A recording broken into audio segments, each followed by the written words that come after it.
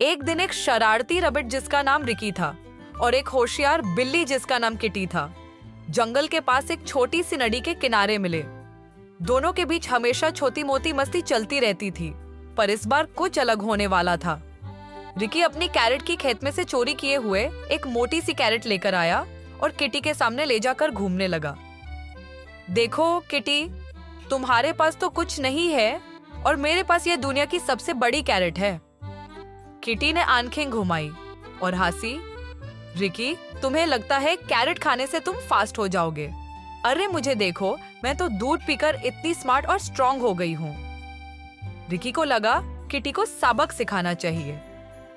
उसने एक प्लान बनाया। उसने एक फेक कैरेट बनाई जो अंदर से खाली थी और उसमें छुपा दिया एक छोटा पताखा। रिकी ने वो कैरेट किटी को गिफ्ट करते हुए कहा, मुझे लगा तुम भी एक कैरेट डिजर्व करती हो। किटी हंसी और बोली, वाओ रिकी, तुम तो काफी जेनरस हो गए हो।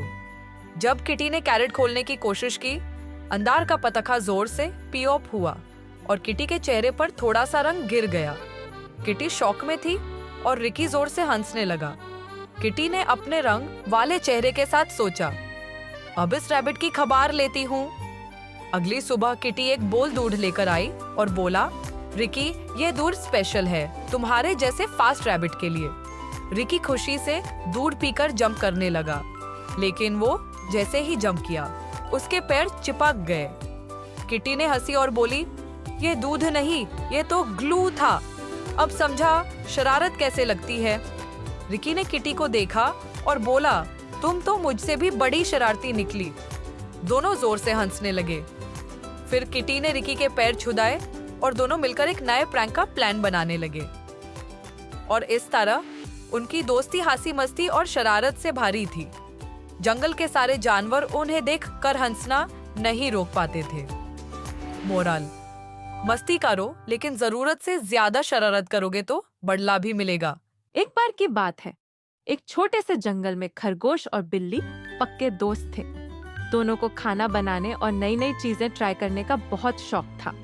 एक दिन बिल्ली ने खरगोश से कहा, दोस्त, आज हम केक बनाएंगे, ऐसा केक जो पूरे जंगल में फेमस हो जाए।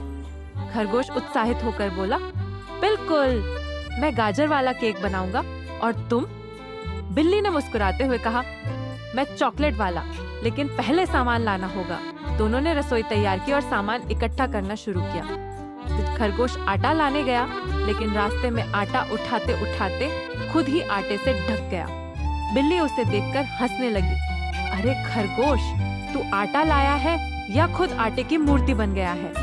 जब सब सामान तैयार हो गया तो दोनों ने केक बनाना शुरू किया। खरगोश ने गाजर कद्दूकस की, लेकिन इतनी तेजी से कि गाजर के साथ साथ अपनी पूंछ के बाल भी कद्दूकस कर दिए। बिल्ली ठहाके मारकर हंस पड़ी। तू केक बना रहा है या अपने लिए नया हेयर कट करवा रहा है? अब बारी थी बिल्ली की। उसने चॉकलेट पिघलाने के लिए गैस चालू की, लेकिन गैस ज्यादा तेज कर दी। चॉकलेट उबलकर उछलने लगी और सीधा बिल्ली के चेहरे पर जा गिरा। खरगोश हंसते हुए बोला, अरे तेरा चेहरा तो अब खुद चॉकलेट केक लग रहा है। आखिरकार किसी तरह दोनों ने केक तैयार किया, लेकिन जैसे ही केक ओवन से निकाला, खरगोश की नाक पर गंध आई। उसने पूछा, बिल्ली, ये केक जलने की गंध क्यों आ रही है?